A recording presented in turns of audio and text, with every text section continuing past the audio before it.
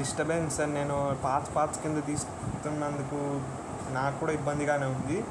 I know, but కొద్దిగా చూడండి ఓపికగా, మీకు మంచిగా ఉంటుంది. సో ఇక్కడ నుంచి ఆపినా కదా నేను, సో స్పీడ్గానే అవగొట్టేస్తాను నేను. సో మెకానిక్స్ అనమాట, అంటే ఇప్పుడు నేను ఇందాక కైనమెటిక్స్ అన్నాను, సో ఇది కూడా మెకానిక్సే మనకి. సో మనకి ఇది మెకానిక్స్, కాకపోతే ఇది వేరే టైప్ ఆఫ్ మెకానిక్స్. అంటే చెప్తాను ఇప్పుడు. Mechanical properties of solids, fluid dynamics అర్థమై ఉంటుంది ఇప్పుడు. అవేమో మనకి పార్టికల్ నేచర్కి సంబంధించి, అంటే ఇవి ఏంటంటే నేచర్కి సంబంధించి అట్లాగనమాట. అంటే మనకి ట్రైన్స్ అట్లాంటి వాటికి మనం చెక్ చేస్తాం అనమాట, హ్యూమన్ మ్యాన్మేడ్. ఇవి న్యాచురల్గా అనమాట మనకి మెకానిక్స్ అనేది. So solids, fluids. మరి ఇక్కడ కూడా వచ్చింది కదా ఎక్స్పాన్షన్ ఆఫ్ సాలిడ్స్. ఈ మెకానికల్, ఇవి ఎక్స్పాన్షన్స్. సో అదే అర్థం చేసుకోవాలి మనకి. సో ఎంత రిలేటెడ్ ఉన్నాయి మనకి టాపిక్ టర్మ్సే మనకి అన్నీ కొత్తగా ఉన్నాయి. అంటే నువ్వు ఎంత ముందు నుంచి స్టార్ట్ చేసుకుంటే అంత ముందు నుంచి మంచిది. సో అందుకే నేను మొత్తం 6th క్లాస్ నుంచి చెప్పడం జరిగింది నేను. సో మల్టీవర్స్ ఆఫ్ ఫిజిక్స్ నేను ఇది స్పెషల్గా పెట్టినాను అనమాట. అంటే నువ్వు ఇవన్నీ చేసినావు అనుకో, నీకు డెడ్లీ ఈజీగా ఉంటాయి ఈ 3 టాపిక్స్. ఏంటిది, ఈ టాపిక్ అయితే మెయిన్గా యూనిట్స్ అండ్ మెజర్మెంట్స్ అయితే నువ్వు కళ్ళు మూసుకొని టిక్స్ పెడతావు అనమాట మొత్తం అన్నీ. ఇక్కడ ఓన్లీ కొత్త టాపిక్ ఏమొస్తుంది అంటే నీకు హోమోజినిటీ అనేది కొత్త టాపిక్ వస్తుంది అనమాట. హోమోజినిటీ, ప్రిన్సిపల్ ఆఫ్ హోమోజినిటీ అనేది ఉంటుంది అనమాట మనకి. Principle of homogeneity and physical world అనేది ఈ సైడ్కి ఉపయోగపడతాయి. ఎక్స్పెరిమెంటల్ ఫిజిక్స్ అనేవి అన్నీ చేసావు కాబట్టి ఆల్మోస్ట్ ఇక్కడ నీకు మొత్తాన్ని వచ్చేసి ఉంటాయి. మీకు అంతా ఈజీ అవుతుంది ఈ 2. సో అన్నీ వీటికి కనెక్షనే ఉంటాయి 3 కూడా మొత్తం అంతా. సో నీకు సింపుల్గా 2 క్వశ్చన్స్ వచ్చేస్తాయి. నువ్వు సింపుల్గా మార్క్ గెయిన్ చేసుకోవాలంటే ఇది ఒకటి. మరి ఇదంటే ఇది టఫ్ ఉంటాయి, ఇవి టఫ్ ఉంటాయి. సో నేను ఈజీ టఫ్ కూడా చెప్పేస్తున్నాను ఇక్కడ.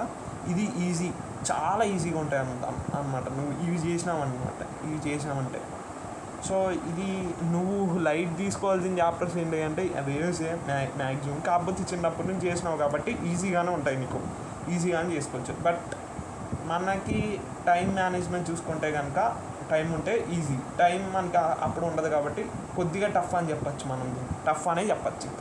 సో ఈ ట్రాక్ ఈజీ 4 to 5 క్వశ్చన్స్ వచ్చేస్తున్నాయి 3 చాప్టర్లు చేసుకుంటే. వా ఇంతకన్నా మనకి మంచి ఆపర్చునిటీ అయితే ఎక్కడ ఉండదు అనమాట. ఈజీ అని చెప్పచ్చు.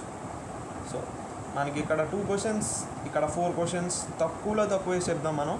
సో 6 క్వశ్చన్స్ వచ్చేసినాయి. సో ఇక్కడ 5 క్వశ్చన్స్ డైరెక్ట్ 5 పెడుతున్నా. ఈజీ అనమాట మనకి, ఇది కూడా ఈజీ. సో చాలా ఈజీ ఇది నిజం చెప్పాలంటే. అంటే ఎలక్ట్రిసిటీ చేయాలి మనకి, అంత కొంత ఐడియా ఉండాలి మనకి. సో దాని మీద నాలెడ్జ్ ఉండాల్సిందే మనకి. సో మొత్తానికి మనకి ఇక్కడ 11 క్వశ్చన్స్ అయితే కవర్ అయినాయి అనుకుంటున్నాను నేను. సో 10 to 11 క్వశ్చన్స్ అనేవి కవర్ అయినాయి మనకి. సో ఇక్కడ నువ్వు ఎంత కాదన్నా నువ్వు ఒక 5 చాప్టర్స్ చేస్తావు కదా. సో అంటే 3 క్వశ్చన్స్ కవర్ అయినాయి అనుకో, నీకు ఎంత కాదన్నా నువ్వు చేస్తావు కదా. దీంట్లో కూడా ఈజీ పార్ట్ అనేది ఇది ఈజీగానే ఉంటుంది మనకి. ఇవి కష్టంగానే ఉంటాయి, నేను డెఫినెట్గా చెప్తున్నా. ఇవి మీకు ఖచ్చితంగా కష్టంగానే ఉంటాయి మీకు.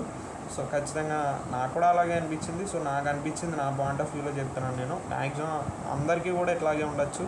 సో గ్రావిటేషన్లో కూడా ఈజీ పార్ట్స్ ఉంటాయి. వీటిలో మనకి ప్రతిదీ కష్టంగా ఉండదు, ప్రతి చాప్టర్ కూడా మనకి ఈజీ పార్ట్స్ ఉంటాయి. ఆ ఈజీ పార్ట్స్ చేసుకొని PYQs చేసి పోదాం మనం. సో మనకి అది ఇక్కడ మొత్తం ఎక్స్ప్లెయిన్ చేసినా కాబట్టి ఇది ఈజీగానే ఉంటుంది. కరెంట్ ఎలక్ట్రిసిటీ అనేది ఈజీగానే, కరెంట్ ఎలక్ట్రిసిటీ చేస్తే నువ్వు ఇది కూడా చేయొచ్చు నువ్వు. సో ఇవన్నీ కనెక్షన్స్ నేను అట్లాగా నాకు సాటిస్ఫాక్షన్ అనిపించట్లేదు ఇలా మధ్యలో పెడుతుంటాయి. ఇదైతే ఇంకా చెప్పక్కర్లేదు, మ్యాక్సిమం కనెక్షన్స్ ఉంటుంది, నువ్వు మొత్తాన్ని చేయాల్సిందే. ఇది మాత్రం ఇది నువ్వు ఖచ్చితంగా చెప్తున్నా కదా, మొత్తం ఏదో ఒక 2 డిసైడ్ అవుతాయి, ఈ ట్రాక్ ఇవి 3 టఫ్ ఉంటాయి నీకు. మీకు ఇంకో 3 ఈజీగా ఉంటాయి అన్నమాట. నువ్వు అవి తప్పకుండా అందరూ చేసిపోతారు. ఇది ఒకటి అండ్ ఇది ఒకటి. నువ్వు డిసైడ్గా మొత్తం అన్నీ చేయి వీటిలో. అంటే ఈజీ పార్ట్స్ చేసుకో, ఏది ఈజీ కాదనేది నేను చెప్తా. మరీ అర్ధరాంతరంగా మీకు వదిలేయండి. మరి మీకు తెలియదు కదా, మీకు కొత్తగా ఉంటుంది కదా మొత్తం అంతా. నాకు కూడా అలాగే అనిపించేది. నా టీచర్స్ ఏమో మొత్తం ఈజీ పార్ట్స్ చేసుకుని మొత్తం అన్ని చాప్టర్లు నిలబడరా అనేవారు. సో ఏది ఈజీ పార్ట్ కూడా నాకు అర్థమయ్యేది కాదు.